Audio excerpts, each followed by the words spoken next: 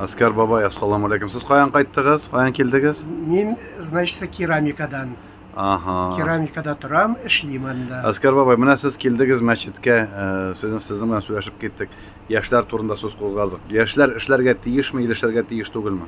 Мен үземне белгәнчә ничек айтканда помнить итә башладым, эшләргә тотындым. Авылда тордым. Ай. Мен даже вот 4 класс бетердем да сразу киттем көтү көтәргә. Чтобы аларга велосипед, эшкулга настәләр, яшьләр. Хәзер яшьләр эшләргә надо или не надо?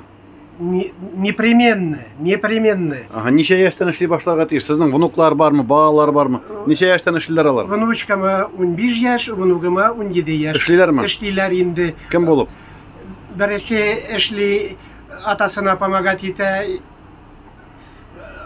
Ну, инде по хозяйству атасы тоже занимается. Не белән, ремонт Үзенә на карманный, на расходы үзенә эшли. расходный. А внучкам курьер. Каникул вакытында, в общем, эшләргә кирәк барысына да. Барысына Идә да. ятырга түгел.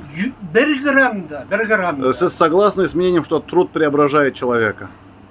На 200%. Потому что мин укыган идем китап записки психиатра дигәнне. Вот.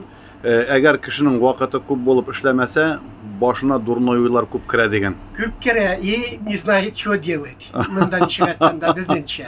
А качан халык яшьләр эшли, аларга дурные мысли, уйларга юк. Рахмат, Аскар абый. Сезнең насихатыгызны рөхсәт бирсәгез, үземнең каналга куярмын, YouTube'ка ярармы? Ярый. Рахмат. Ярый.